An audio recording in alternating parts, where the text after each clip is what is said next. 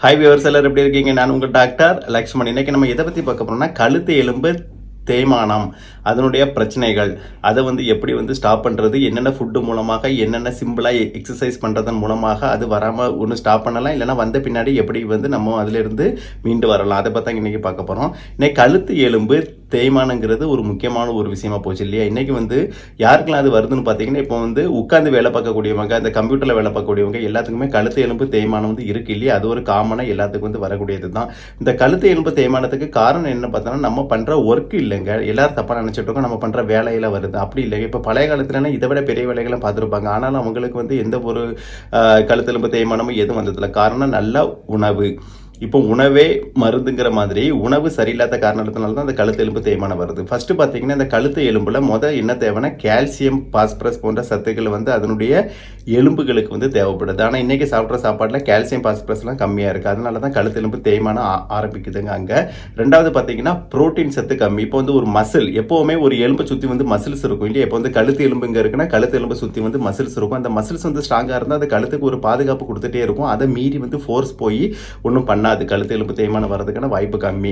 ஆனால் ஃபர்ஸ்ட் ஸ்டெப்பாக இந்த மசில் வீக்காக போயிருது இல்லையா? ஏன்னா இந்த புரோட்டீன் டயட் இன்னைக்கு சரியா இல்லாதனால அந்த மசில் வீக்காக போய் அப்புறம் நம்ம ஒர்க் பண்ணும்போது அந்த ஸ்ட்ரெயின், அந்த ஸ்ட்ரெஸ் அந்த அதை சுற்றி பாதுகாப்பாக இருக்கக்கூடிய அந்த மசில் வீக்காக இருக்கனால அதையும் மீறி உள்ளே போயிட்டு தான் கழுத்து எலும்பு தேய்மானத்தை உண்டு பண்ணுது. ஓகேவா? அப்புறம் இன்னொரு விஷயம், அங்கே கால்சியம், பாஸ்பரஸ் ஸ்ட்ராங்காக இருக்கா? அதுவும் இல்லை. ஸோ அதனால கழுத்து எலும்பு ஈஸியாக தேய்மானம் ஆயிடுது. ரெண்டாவது பார்த்தீங்கன்னா, இப்போ இது டிஸ்க்குன்னு சொல்லுவாங்க.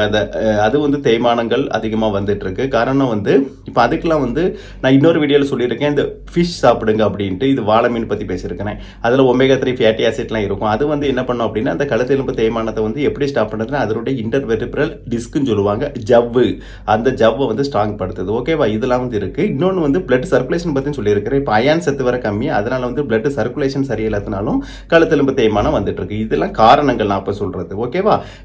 இதெல்லாம் நம்ம சரியா சாப்பாடு இல்லாதனால வரக்கூடிய காரணங்கள். அப்புறம் ரெண்டாவது காரணம் என்னன்னா, நம்ம பண்ற வேலை. இப்போ வேலை என்னன்னா, இப்போ நம்ம ஓடியாடி வேலை பார்க்கக்கூடியவங்களுக்கு எந்த நோயும் வராதுங்க. இப்போ நம்ம உட்காந்து எடுத்து சில இடங்களில் வேலை பார்க்குறோம், இல்லைன்னா கழுத்து அப்நார்மல் பொசிஷனில் வச்சு ஏதாவது வேலை பார்த்துட்டு இருக்கோம். அந்த மாதிரி சமயங்களில் கழுத்தெலும்பு தேய்மானம், மசில் வீக்காக போயிருது, கழுத்தெலும்பு தேய்மானம் வரதுக்கான வாய்ப்புகள் அதிகங்க.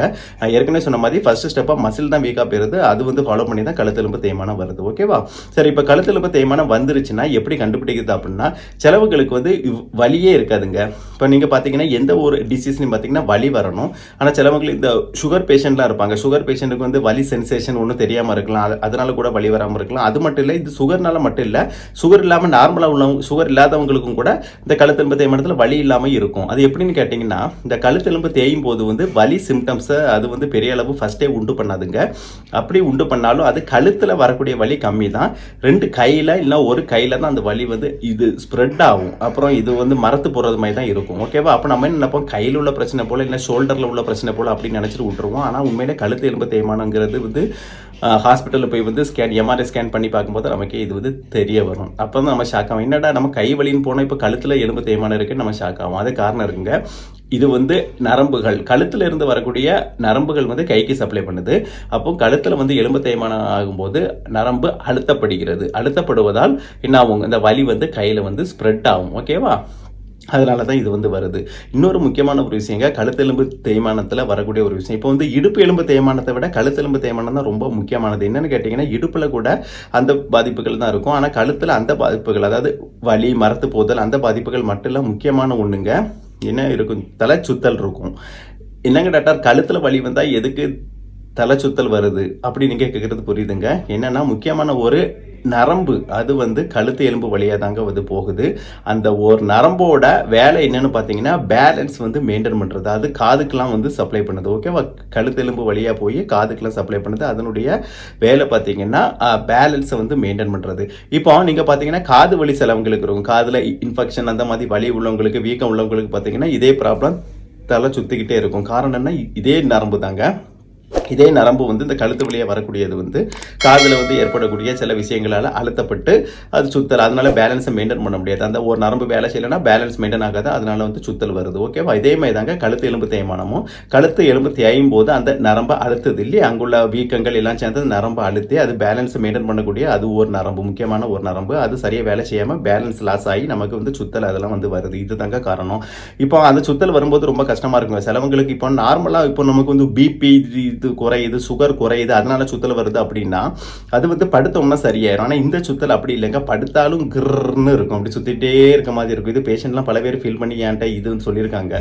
ஸோ இது வந்து ஒரு மோசமான ஒரு சுத்தலாக இருக்கும். ஓகேவா? ஏன்னா மற்ற சுத்தல் படுத்துட்டா சரியாயிருன்னு சொல்லலாம், ஆனால் இது அப்படி சரியாகாது. ஓகேவா? அதனால ரொம்ப இது வந்து நமக்கு அசௌகரியமாக இருக்கும். அதனால வந்து இதுல இருந்து மீளணும் இல்லையா?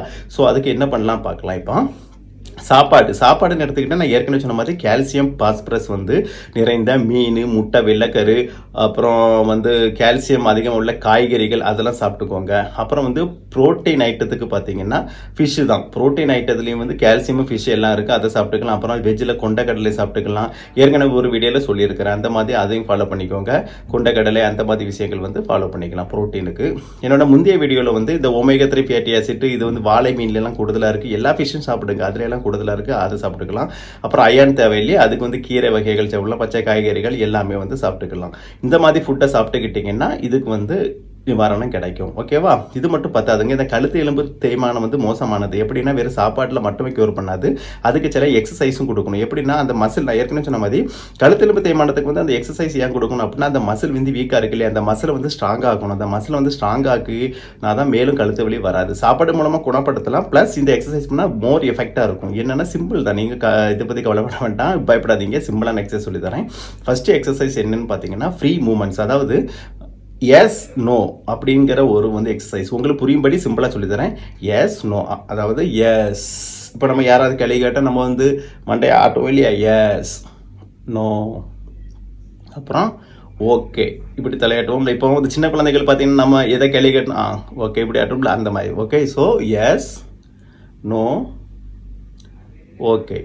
ஓகேவா? இந்த மாதிரி இப்போ உங்களுக்கு எக்ஸசைஸில் வந்து ப்ரெஸ் பண்ணுற எக்ஸசைஸ் பற்றி சொல்லி தரேன். ப்ரெஸ் பண்ணுறதுனா உங்களுடைய உள்ளங்கை வச்சு பண்ணுங்கள். இந்த இடத்துல வந்து ப்ரெஸ் பண்ணுங்கள். 1 2 3 4 5 6 7 8 9 10. இது வந்து ஸ்லோவாக நீங்கள் எண்ண போகிறோம், ஸ்பீடாக எண்ணக்கூடாது. அப்புறம் வந்து பின்னாடி இப்படி ப்ரெஸ் பண்ணுங்கள். 1 2 3 4 5 6 7 8 9 10. அப்புறம் இந்த சைடில் 1 2 3 4 5 6 7 8 9 10. இந்த சைடில் 1 2 3 4 5 6 7 8 9 10. அப்புறம் கீழே 1 2 3 4 5 6 7 8 9 10. இதில் ப்ரெஸ் பண்ணுற மெத்தட் எப்படின்னு பார்த்தீங்கன்னா, எப்படி ப்ரெஸ் பண்ணணும்னா ஹெட்டை வச்சு இது கையை ப்ரெஸ் பண்ணணும், கையை கொண்டு ப்ரெஸ் பண்ணக்கூடாது. கையை ஒரு சுவர் மாதிரி வச்சுட்டு இதை வச்சு தான் ப்ரெஸ் பண்ணணும். ஆனால் இதில் முக்கியமான விஷயம் கழுத்து ஆடக்கூடாது, ஸ்டேபிள். அதாவது எந்த ப்ரெஸ்லையும் இப்படி இப்படி இப்படி இப்படி கீழே ப்ரெஸ் பண்ணும்போது வந்து கழுத்து ஸ்டேபிளாக இருக்கணும், ஆடக்கூடாது. இதை நீங்கள் கவனிச்சுக்கோங்க. ஓகேவா? இது ப்ரெஸ்ஸிங் எக்ஸசைஸ். இந்த எக்ஸசைஸும் கூட சேர்த்து பண்ணுங்கள். அப்போ ஏற்கனவே சொன்னது எஸ் நோ ஓகே, அப்புறம் இந்த ப்ரெஸ்ஸிங் எக்ஸசைஸ், இந்த 2 எக்ஸசைஸும் பண்ணிவிட்டு நான் சொன்ன சாப்பாட்டையும் இந்த ப்ரோட்டீன், கால்சியம், அப்புறம் வந்து அயான்ஸ் அதெல்லாம் ஒரு நிறைந்த ஃபுட்டுகள் இருக்கு இல்லையா, அதையும் சாப்பிட்டிங்கனாலே இந்த கழுத்து வலி சரியாயிரும். ஓகேவா? இந்த கழுத்து வலி சரியாயிட்டா தான் நமக்கு இந்த மாதிரி எக்ஸசைஸ் கூட சேர்த்து பண்ணால் மேலும் வராது. ஓகேவா? ஏன்னா ஏற்கனவே சொல்லியிருக்கேன், கழுத்து எலும்பு தேய்மானங்கிறது ஒரு முக்கியமான எண்ணு.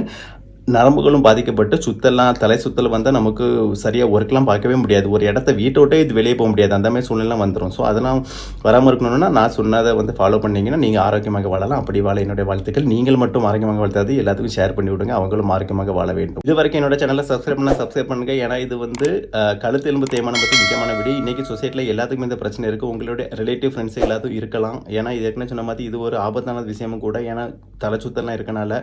ஸோ இதெல்லாம் ஃபாலோ பண்ணால் கண்டிப்பாக இதிலிருந்து மீண்டு வந்துடலாம். எல்லாத்தையும் ஷேர் பண்ணி விடுங்க. மீண்டும் அடுத்த வீடியோவில் சந்திப்போம். அது வரைக்கும் பாய்.